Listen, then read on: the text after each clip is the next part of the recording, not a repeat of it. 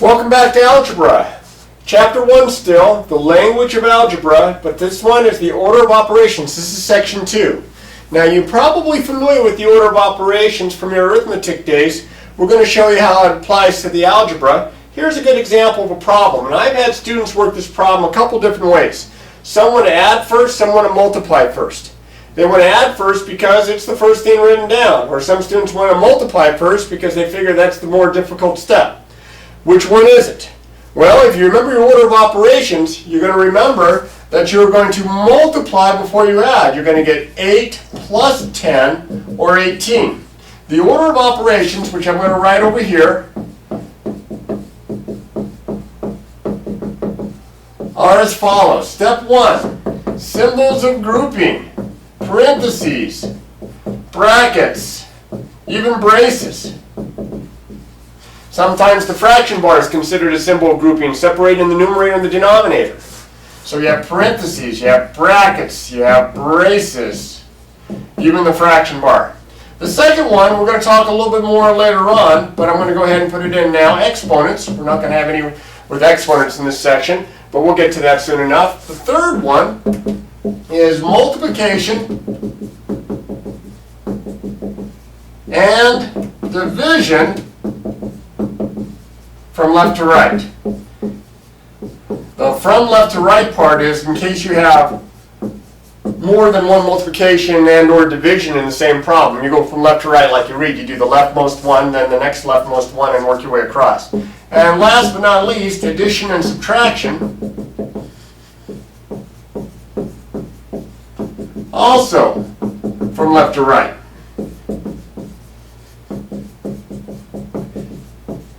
Now again, if I'm going too fast, pause and rewind, whatever it takes so that you can get your notes and you can see all the different problems worked out without getting jumbled. Alright, so what we're going to do is we're going to practice some problems using our order of operations. We'll just stick with arithmetic now. So we're going to find the value. Now finding the value, see that word value is the same thing as saying evaluate. See the key base word? Value is right in evaluate. Evaluate the expression. How about 4 times the quantity 6 plus 7? Now you would think I'm going to multiply before I add like I did back here, but these parentheses take priority. It's like underlining it. This says do this first. Do the stuff inside here first. If there's more than one step inside, then you follow the order of operations inside. But here I just have to add. So this is 4 times 13, and then I finish this off. 4 times 13 is 52. Alright? Parentheses say, look at me. Do this part first. And then we follow the steps after that. Here's another one. How about 6 plus 12 divided by 5 times 3 minus 13? Now here's where that fraction bar separates the numerator and the denominator. I do this the half separately, like two separate problems. Up top, 18. On the bottom, I'm multiplying and subtracting, so we're going to do this part first. I get 15 minus 13, which is 18 divided by 15 minus 13 is 2, which is 9, and there's my answer.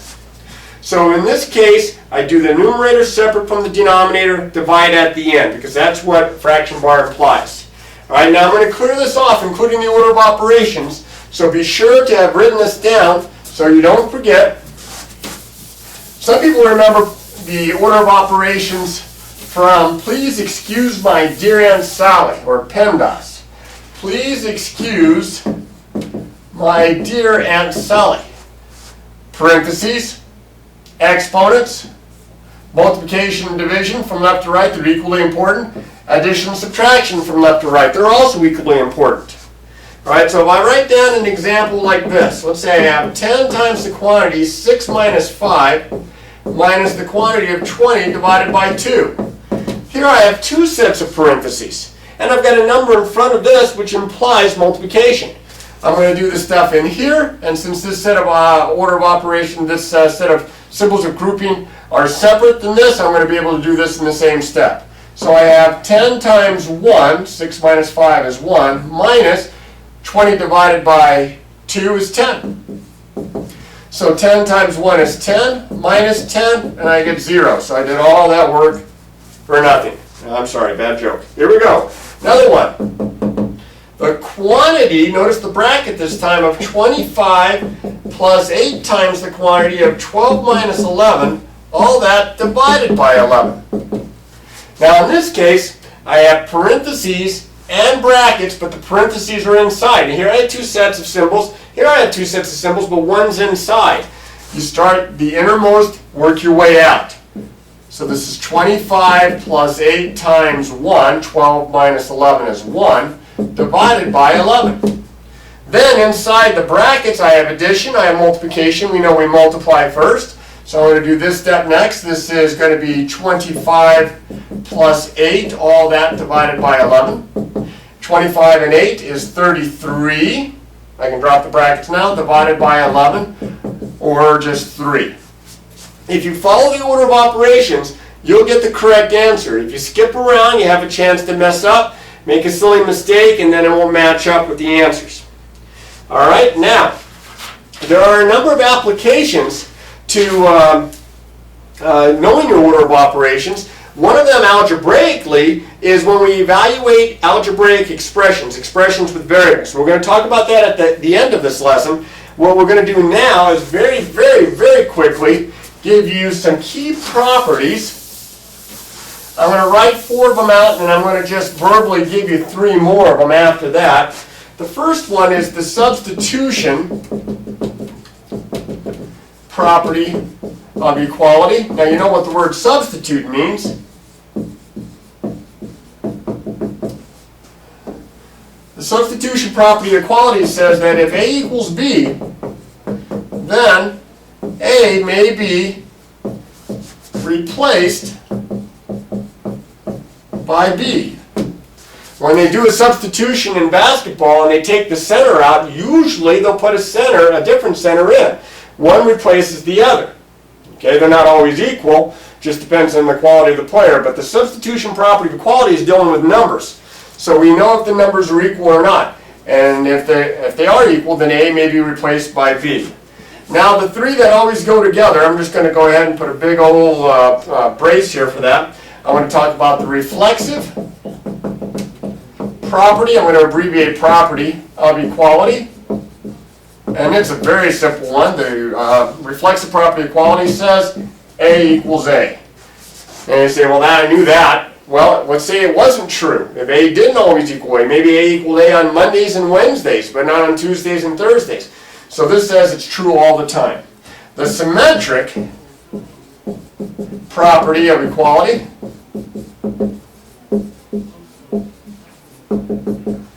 says if A equals B, then B equals A.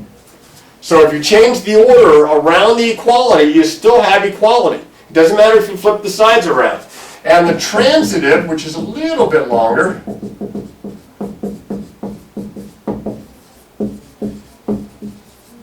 it says if A equals B and B equals C, then A equals C. Well, hopefully that makes sense. If A is the same as B, remember the substitution? We can plug that in for the B here, and we have that statement. So if A equals B and B equals C, then A equals C. All right? Now, these properties are used throughout algebra. You're going to need to remember them. If I have one written down as an actual property, for example, if I write down if n plus 4 equals 9, then 9 equals n plus 4. And I said, which property did I just display? Which property is this an example of? Well, I changed the sides around. That's the symmetric property of equality, which allows me to change the sides around and keep the equality. If I write down something like this, if k equals 7, then k plus 3 equals 7 plus 3. So you look at that and you say, oh, I'm not sure. Well, that's all the way up here. That's the substitution. See, if k is 7, I can replace the k with the 7. So those are properties that you're going to need to remember. There are 3 more properties, but you already probably know these. I'm just going to write the names down only, and then I'll state what each property is. Hang in there, we're almost done. We have the additive, there we got it, identity. So you can tell this has to do with addition and identity, you know, like identical. This says that if you add 0 to a number, you get the number. If you add 0 to any number, you just get that any number. 0 plus 5, 5. 10 plus 0, 10. We've known that for a long time, but that's the name for it. And then we have the multiplicative, there's a good word, multiplicative identity.